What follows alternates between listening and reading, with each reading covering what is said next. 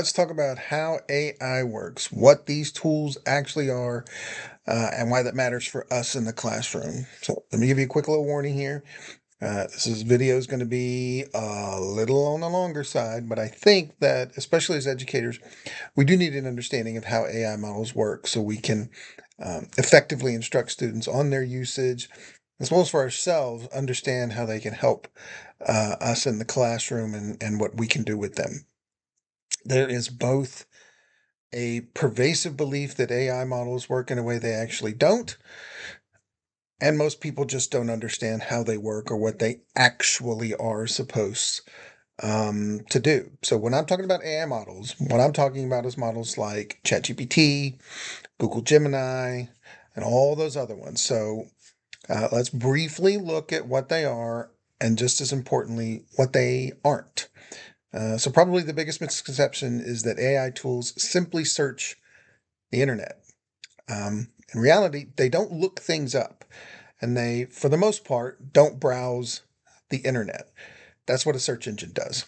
There's no giant robot brain that somehow knows all of the world's facts. What they actually are is something called a large language model, or an LLM. Basically, these are tools trained to recognize patterns in language. That training involved being fed a ginormous amount of text to learn the tendency of how words and ideas relate to each other and go together. During their training, the AI models learn patterns in language. They're fed huge amounts of text and they analyze how the words follow each other. Which words tend to appear together, how ideas tend to connect together, what responses are helpful or correct, and what aren't, things like that. Now, when these models read text, what they're actually doing is they're breaking it into small units called tokens. These aren't always words. These are usually just chunks of letters, numbers, punctuation, and so on. You feed an AI model billions of these little tokens, and it begins to learn the relationships between them, how they connect, and what token should follow what token. So when you ask a question of AI, the AI isn't retrieving any facts. Instead, it's using those patterns that it's learned to predict the next token, and then the next one, and then the next one, and so on until it forms a full response. I know it seems like there's reasoning going on, but really the model is simply predicting what should come next based on patterns that it's learned and some incredibly sophisticated math to get to that end result. Using patterns in this way can sometimes result in absolutely confident but totally wrong answers. Since AI doesn't inherently know the difference between facts and falsehoods, it can often create a sentence that looks correct, uh, even when the facts are wrong or outdated. This is called a hallucination. Uh, it's following patterns that looked right in the moment, but weren't.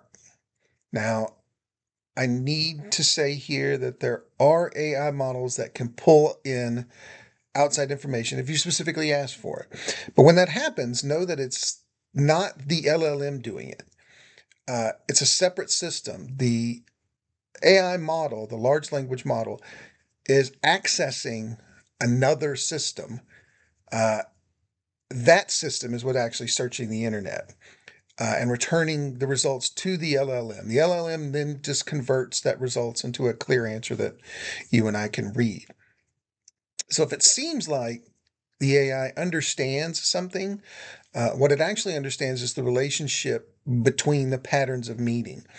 Uh, Finding what's similar to its algorithm, predicting the best response, that kind of thing. Generally, as I said, there's no Googling, it's not pulling from some secret database, there's no hidden reservoir of information. It's simply putting together words that make sense according to its algorithm. And keep in mind, different AI models, ChatGPT, Gemini, Claude, Llama, all of them, uh, they all are the same thing. They're all large language models. But they're all trained on different data sets with different rules, different priorities, different safety rules, that kind of thing. Some AI models are better at writing, some are better at explaining things, some are better at creating images, things like that. Now, speaking of images, I do want to mention models that generate images or videos or sound.